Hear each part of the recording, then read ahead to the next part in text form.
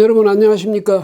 이진건 TV입니다. 시사논평 2심 전심 오늘 이야기 시작하겠습니다. 오늘은 날로 심각해지는 한일 간의 무역 분쟁 이 이야기를 좀 할까 합니다. 일본의 내각이요 2일 오전에 강요회의를 열고 수출 무역 관리령 이 일부 개정안을 의결했습니다. 이게 이제 내용이 뭐냐면 한국을 백색 국가 명단에서 배제한다 이겁니다. 이 개정된 수출 무역 관리령은 7일 날 나루히토 일본 국왕이 이걸 이제 공포하고 그렇게 되면 28일부터 시행에 들어가게 됩니다. 일본의 그 경제산업성은요 이와 함께 또 뭘 했냐면 종전에 화이트 국가, 백색 국가, 비백색 국가, 화이트 국가, 비화이트 국가 이렇게 두 개로 분류했던 것을 이제 앞으로는 그룹 A, 그룹 B, 그룹 C, 그룹 D 이렇게 네 분류를 한답니다. 네 가지로 분류하는데 그룹 A에는 종전에 화이트 국가에 든 27개 국가 중에 한국을 뺀 26개는 A그룹에 들어가 있고 한국은 B그룹에 발트 3국과 함께 B그룹에 속한답니다. 뭐 B그룹에 속하니까 C나 D보다는 좀 우대한다 이런 의미가 있겠지만은요. 그래 봐야 A그룹이 아니지 않습니까? 그런 식으로 이제 한국을 배제한 건데 이렇게 한 것도 배경에 대해서 일본의 경제산업상 세코 히로시게가 또 어떻게 이제 이야기를 했냐면 일본에서도 국민들한테 의견을 받았는데 그 의견이 접수된 의견이 4666개였다. 그러니까 이례적으로 이런 이제 정부가 의견을 받을 때 국민들의 의견을 받을 때 이렇게 많았던 적은 없었답니다. 이례적으로 많은 국민들이 의견을 보내왔는데 그 중에 95%가 한국을 백색 국가 명단에서 배제해야 된다 이런 의견이었고요. 그 일본 정부의 방침을 찬성했죠. 단 1%만이 일본 정부 방침을 반대했답니다. 이게 뭘 의미하겠습니까? 우리는 그동안 우리 특히 이제 한국의 그 정부 문 대통령을 비롯해서 그 다음에 여당 여기서는 우리 국민의 반일 감정을 적절히 부추겨 가면서 일본에 대해서 우리 국민들의 울분을 이렇게 부추겨 가지고 일본을 압박하는 그런 모양새를 취했는데 알고 봤더니 일본 국민의 반한 감정도 못하지 않더라는 겁니다. 오히려 지금 그 여론조사 나온 걸 보면요. 일본 사람들이 한국을 싫어하는 그런 감정이 우리보다 훨씬 더하지 않느냐 이런 느낌까지 주거든요. 그런데 일본 정부가 이걸 바탕으로 해서 한국 배제를 결정했다는 것 아닙니까? 종전에는 뭐 안보 문제 이런 것을 이제 들어가지고 이유를 그런 데 대다가 이제는 뭐 일본 정부도 아주 공공연하게 노골적으로 일본 국민이 이렇게 싫어한다. 그래서 일본 국민이 배제하라 한다. 그래서 배제했다. 이런 식으로 나오는 겁니다. 그러니까 양국 정부가 결국 각자 그 국민들의 서로에 대한 반감은 이걸 계속 부추기는 거죠. 이렇게 해서 무역 분쟁 정도가 아니라 이러다가 자칫하다가 한국과 일본의 이 국민들 사이에 엄청난 감정 대립 그런 것을 넘어서 어떤 아주 불미스러운 양국의 마찰, 충돌 이런 게 일어날 수도 있다. 이런 걱정을 하게 됩니다. 근데 이제 여기에 대해서 우리 정부도 그날 그 2일 날 오후에 국무회의를 열어서 이 문제를 논의했는데 문재인 대통령이 모두 발언을 통해서 또 일본에 대해서 거의 전면전을 선포하다시피 했습니다. 이제는 다시는 일본에 지지 않는다. 이렇게까지 이야기했거든요. 그런데 다시는 일본에 지지 않는다. 이건 무슨 말이겠습니까? 옛날에 임진왜란, 정유재란 그 7년간의 그 고통, 또 1905년의 그 이른바 을사늑약, 이걸로 해서 통감정치가 되면서 우리는 이거 외교권, 이거 국방권, 이거 다 뺏겼죠. 그 다음에 1910년의 한일 합방, 그 다음에 그 이후에 35년간의 식민 통치, 이걸 이제 이야기하면서 우리 다시는 지지 않는다 이랬거든요. 이게 이제 국민의 감정, 일본에 대한 그런 아주 증오심, 이걸 극도로 이제 부추기는 셈 아니겠습니까? 이렇게 해가면서 일본하고 맞서겠다는 겁니다. 그리고 이제 문재인 대통령은 소재, 부품의 대체 수입처와 재고 물량 확보, 원천 기술의 도입, 국산화를 위한 기술 개발과 공장 신증설, 금융 지원 등 기업의 피해를 줄이기 위해 할 수 있는 지원을 다 하겠다. 나아가 소재 부품 산업의 경쟁력을 높여 다시는 기술 패권에 휘둘리지 않는 것은 물론 제조업 강국의 위상을 더욱 높이는 계기로 삼겠다. 이렇게까지 이야기했습니다. 그 맞는 말입니다. 이렇게 해가야죠. 그런데 일본의 우리에 대한 불이익은요, 우리에게 이제 수출 규제, 이거는 당장 지금 우리한테 좀 미치고 있지 않습니까? 영향을 벌써 28일 되면 범위가 엄청나게 확대될 것이고, 이런데 지금 문 대통령이 제시한 이것은 빨라야 수년이 걸리는 거죠. 수년이 걸려서도 이게 이제 해결이 될지 안 될지 확실한 전망이 서는 것도 아니고요. 왜? 우리가 그렇게 할 때 뭐 다른 나라는 이제 손 놓고 있겠습니까? 또 이 문 대통령은 오늘의 대한민국은 과거의 대한민국이 아니다. 국민의 민주 역량은 세계 최고 수준이며 경제도 비할 바 없이 성장했다. 맞는 얘기입니다. 우리 엄청나게 발전했습니다. 그런데 일본을 향해서 이렇게 이야기하면 이게 내가 당신보다 약하다, 이런 걸 고백하는 거랑 마찬가지입니다. 이런 말을, 이런 허장성세를 자신보다 힘센 쪽에 대놓고는 하는 거 아닙니다. 예. 그 다음 또 문 대통령은 일본 정부의 조치 상황에 따라 우리도 단계적으로 대응 조치를 강화해 나갈 것이다. 이미 경고한 바와 같이 우리 경제를 의도적으로 타격한다면 일본도 큰 피해를 감수해야 할 것이다. 맞는 얘기죠. 일방적으로 한쪽에만 피해를 보고 다른 쪽은 이익 보는 그런 관계가 아니잖아요. 이 무역 분쟁이란 건 서로 상처를 입는 거죠. 그런데 이건 문제 해결을 생각하는 그런 말이 아니죠. 뭐냐면, 그래 해봐, 우리만 당하나 당신들도 당해, 이 말인데, 그럼 결국은 우리 기업들은 엄청나게 당하는 것 아닙니까? 일본 기업은 그보다 좀 덜 당하겠죠. 우리 정부는 안 당하겠죠. 우리 기업들만 당하겠죠. 그 다음에 주름지는 건 우리 국민 경제 아니겠습니까? 지금의 도전을 오히려 기회로 여기고 새로운 경제 도약의 계기로 삼는다면 우리는 충분히 일본을 이겨낼 수 있습니다. 우리 경제가 일본 경제를 뛰어넘을 수 있습니다. 이것도 맞는 말입니다. 언젠가는 우리가 일본 경제를 뛰어넘어야죠.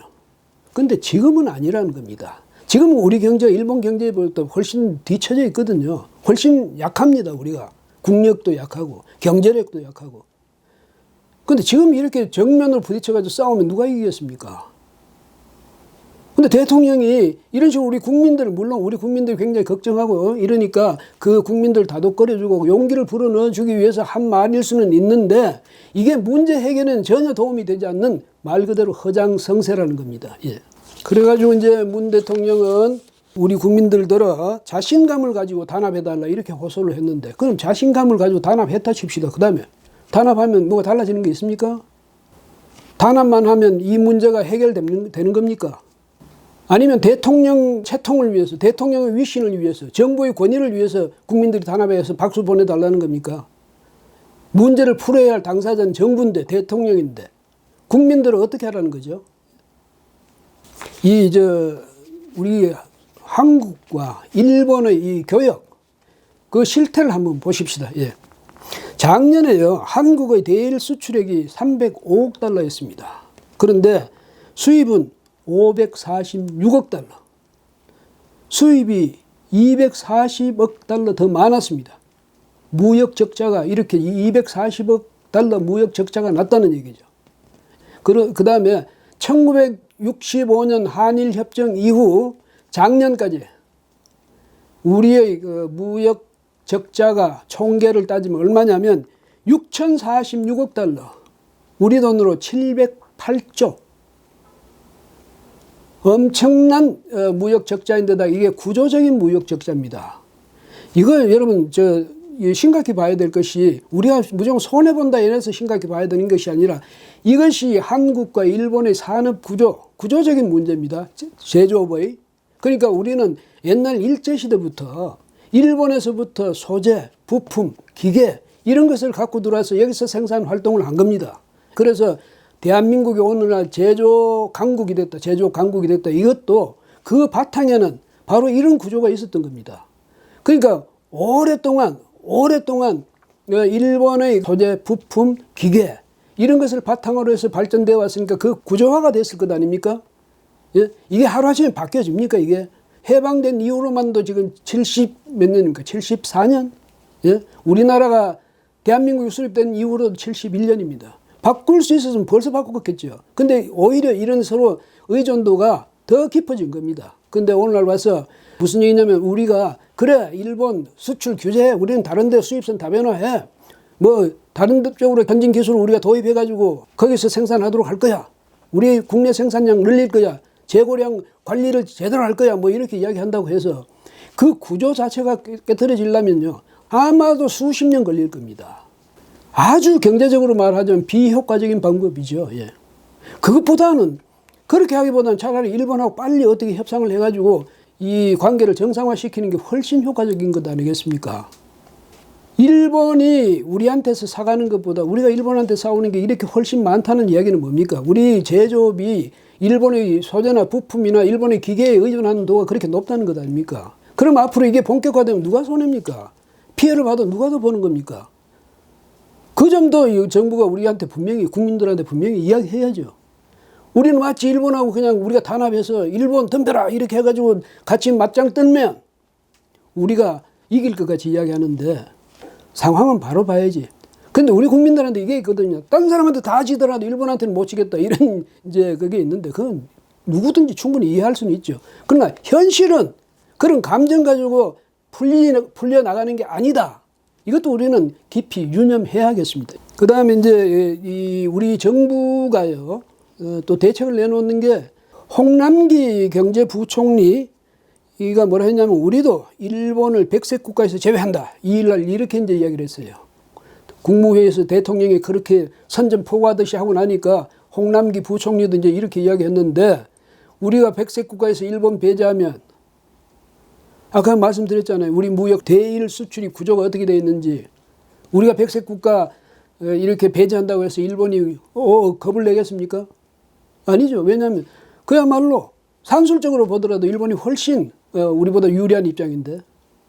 그다음에 그러니까 저는요 이런 홍남기 부총리 이런 말이 정말로 이 문제를 해결하기 위한 그런 의지에서 하는 말인지 아니면 대통령 듣기 좋으라고 하는 말인지 그걸 잘 모르겠어요.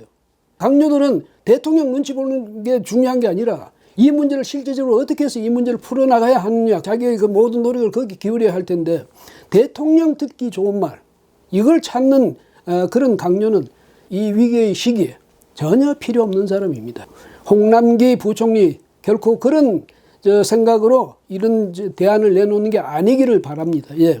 그 다음에 뭐 또 여러 가지 이제 수출 규제로 인해서 우리가 1194개 품목이 영향을 받고 직접적으로 영향받는 게 159개인데 여기를 위해서 여러 가지 다양한 지원을 해주겠다. 이런 약속도 했으면 당연히 지원을 해야죠. 그런데 정부의 이런 지원이 타격을 받는 이런 기업들의 손실을 메꿔줄 수 있게 충분한 것인지 이건 다시 생각해 봐야 되겠죠. 아마 그러기는 어려울 겁니다. 그 다음에 앞에서도 말씀드렸지만은 정부가 아무리 많은 지원을 해주고 뭐 여러 가지 대책을 전부 강구한다 하더라도요. 그거 다 우리 기업들이 받는 이 타격이 수준이 주로 종전 같은 그런 상태까지 가려면 수년이 걸립니다. 수년이 걸려도 사실은 해결되는 게 아니에요. 국제분업이라는 그 구조가 하루아침에 그렇게 우리 대통령이 결심한다고 해서 우리가 처음부터 소재부터 시작해서 완제품까지 우리가 다 만들 수 있는 그런 일관 공정이 여기서 이루어질 수 있습니까? 그럼 모든 나라가 그렇게 되는 거죠. 모든 나라가 폐쇄 체제가 되는 거죠. 이게 이 국제 간의 이 국제 분업 이 구조는 사실 우리가 뭐 어떻게 한다 해서 바꿀 수 있는 게 아니니까 이 구조를 최대한 우리 쪽에 유리한 쪽으로 이용해 가야죠. 그러니까 우리의 소재, 부품, 뭐 기계 이 능력을 좀 더 키우면서 완제품의 완성도를 더 높여가면서 이렇게 해야지 우리가 다 만들어. 왜냐면 뭐 일본 우리한테 덤비지 못하게 우리가 다 만들어 버려. 감정적으로는 아주 기분이 좋은 이야기인데 현실적으로는 환상이죠. 환상.